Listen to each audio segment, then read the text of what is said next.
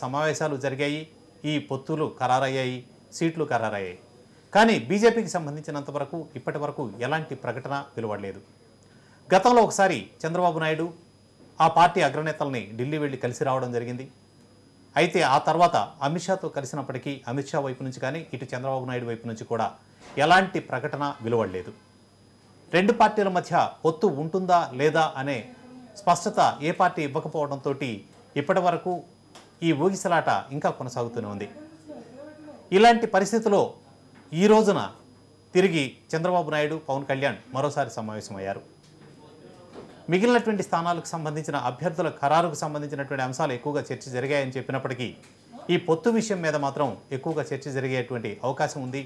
వారు దీనికి సంబంధించినటువంటి వివరాలు ప్రకటించకపోయినప్పటికీ కూడా అటు అధికార పార్టీ సిద్ధం సభల పేరుతోటి జనం మధ్యకు దూసుకువెళ్తున్న నేపథ్యంలో పొత్తు విషయంలోనే ఇంకా ఒక స్పష్టత రాకుండా ప్రజల మధ్య లేదా కార్యకర్తల మధ్య, పార్టీ అభిమానుల మధ్య ఒక గందరగోళాన్ని క్రియేట్ చేయడం వలన ఇబ్బందులు తలెత్తాయి అనేది ఇద్దరు నాయకుల మధ్య జరిగిన అటువంటి చర్చగా తెలుస్తోంది.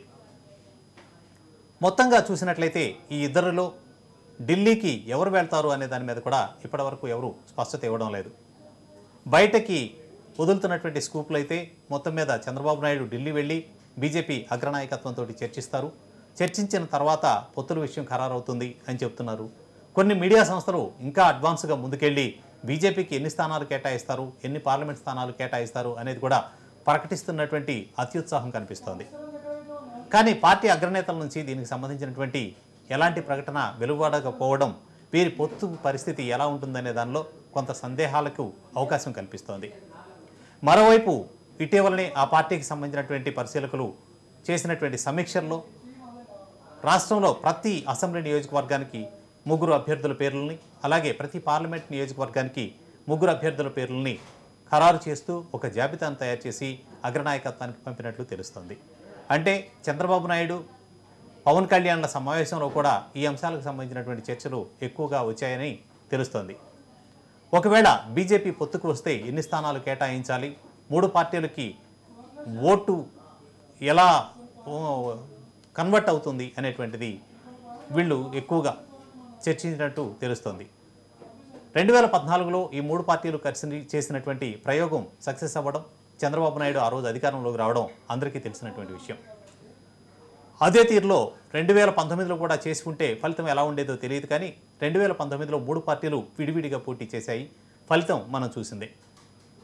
గతంలో ఎన్నడూ లేని విధంగా తెలుగుదేశం పార్టీ 23 స్థానాలకు పరిమితమైతే జనసేన పార్టీ కేవలం ఒకే ఒక్క సీట్ను మాత్రమే గెలుచుకోగలిగింది. అంటే 151 స్థానాలు వైసీపీ గెలుచుకున్న పరిస్థితి మనం చూసాం. ఇప్పుడు గతంలో జరిగినటువంటి నష్టాన్ని భర్తీ చేయాలి అంటే ఖచ్చితంగా 3 పార్టీలు కలిసి పనిచేయాలి, కలిసి ఓట్ షేర్ చేసుకోవాలి అనేటువంటిదే ఈ పార్టీ అగ్రనేతల మధ్య కనిపిస్తున్నటువంటి విధానం. ఇక మరోవైపు చూసినట్లయితే బీజేపీ అగ్రనాయకత్వం కూడా ప్రస్తుతం దీనికి సంబంధించినటువంటి ఒక నిర్ణయం తీసుకునేటువంటి అవకాశం ఉందనేటువంటి వార్తలు వెలువడుతున్నాయి. ఆంధ్రప్రదేశ్కు సంబంధించిన బీజేపీ అధ్యక్షురాలుగా ఉన్నటువంటి దగ్గుబాటి పురంధేశ్వరి ఈరోజు ఢిల్లీ వెళ్ళారు. ఇక రాష్ట్రానికి సంబంధించిన ఇతర కొంత అగ్రనాయకులుగా భావించేటువంటి నాయకులు కూడా కొంతమంది ఢిల్లీ చేరుకున్నారు. ఢిల్లీలో ఈరోజు పార్టీ పొత్తులకు సంబంధించింది లేదా అభ్యర్థుల ఖరారుకు సంబంధించినటువంటి అంశాలపైన ఎక్కువగా చర్చిస్తారనేది తెలుస్తున్నటువంటి అంశం. మొత్తంగా ఈరోజు చంద్రబాబు నాయుడు, పవన్ కళ్యాణ్ సమావేశానికి ఈ రకంగా చూసుకున్నట్లయితే అభ్యర్థుల ఫైనలైజేషన్కి సంబంధించినటువంటి కీలక అంశాలు చర్చలోకి వచ్చాయని భావించాల్సి వస్తుంది. ఇద్దరి సమావేశం ముగిసిన తర్వాత బయటకు వచ్చి కనీసం వాళ్ళ చర్చలకు సంబంధించినటువంటి సారాంశం ఏది చెప్పనప్పటికీ కూడా బయటకు వస్తున్నటువంటి లీకేజీలన్నీ కూడా కొన్ని భిన్నమైనటువంటి వాతావరణాన్ని కల్పిస్తున్నాయి. చంద్రబాబు నాయుడు త్వరలో ఢిల్లీ వెళ్తున్నారని, బీజేపీ అగ్రనాయకత్వంతో కలిసి సీట్లకు సంబంధించినటువంటి అంశాలను చర్చిస్తారని ఒకవైపు చెప్తుంటే, మరోవైపు పవన్ కళ్యాణ్ చంద్రబాబు నాయుడు కంటే ముందే వెళ్ళి బీజేపీ అగ్రనాయకత్వాన్ని పొత్తు కోసం ఒప్పిస్తారనేటువంటి వార్తలు కూడా వెలువడుతున్నాయి. అయితే ఈ 2 పార్టీల మధ్య పొత్తు ఖరారై ఇప్పటికే సీట్లు కూడా ఖరారైనటువంటి నేపథ్యంలో జరిగినటువంటి సమావేశంలో మిగిలినటువంటి స్థానాలకు అభ్యర్థులపైన, అలాగే ఎక్కడైనా ఓటు షేరింగ్ విషయంలో ఇబ్బందులు తలెత్తినా లేదా ప్రస్తుతం అటు తెలుగుదేశం పార్టీలో ఇటు జనసేన పార్టీలో కూడా అభ్యర్థులు గతంలో అంటే పార్టీకి పనిచేస్తున్నటువంటి వారు ఇప్పుడు సీటు దక్కని అని వాళ్ళంతా కూడా రెబల్స్గా పోటీ చేసేటువంటి అవకాశాలు ఉండడం, అలాగే తిరుగుబాటు అభ్యర్థులుగా తయారు వాళ్ళంతా కూడా పోటీ చేస్తారనేటువంటి అభిప్రాయం, కొంతమంది అసమ్మతి రాగాలు వినిపిస్తున్నటువంటి నేపథ్యంలో వీటన్నింటినీ చల్లవరిచి పార్టీని ముందుకు తీసుకువెళ్ళి ఈసారి విజయం సాధించడానికి కావాల్సినటువంటి ఎత్తులు పై ఎత్తులకు సంబంధించినటువంటి అంశాలనే, అలాగే అటు వైసీపీ చేస్తున్నటువంటి సిద్ధం సభలకు ధీటుగా రెండు పార్టీల అగ్రనాయకులు కలిసి ఉమ్మడి సభలు నిర్వహించాలనే దాని మీద ఎక్కువగా చర్చించారనేది తెలుస్తున్నటువంటి సమాచారం.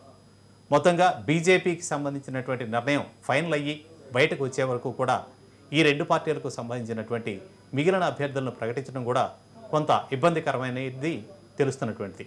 మరోవైపు తెలుగుదేశం పార్టీలోనే కొంత అగ్రనాయకుల్లో ఉన్నటువంటి దేవినేని ఉమాకాని, కళా వెంకట్రావు ఇట్లాంటి కొంతమంది నాయకులు, అలాగే ఎరపతినేని శ్రీనివాసరావు, ఆలపాటి రాజేంద్ర ప్రసాద్ ఇలాంటి వ్యక్తులందరూ కూడా కొంత అసంతృప్తిని వ్యక్తం చేస్తూ తమ సీట్లకు సంబంధించినటువంటి విషయాలను కూడా చంద్రబాబు నాయుడుతో చర్చించినట్లు తెలుస్తోంది. మొత్తంగా ఈ అగ్రనాయకుల సమావేశం ఏం తేల్చిందనేది వారు బయటకు వచ్చి చెప్పకపోయినప్పటికీ బీజేపీతో పొత్తు విషయంపైనే సుదీర్ఘమైనటువంటి చర్చలు జరిగినట్లు తెలుస్తోంది.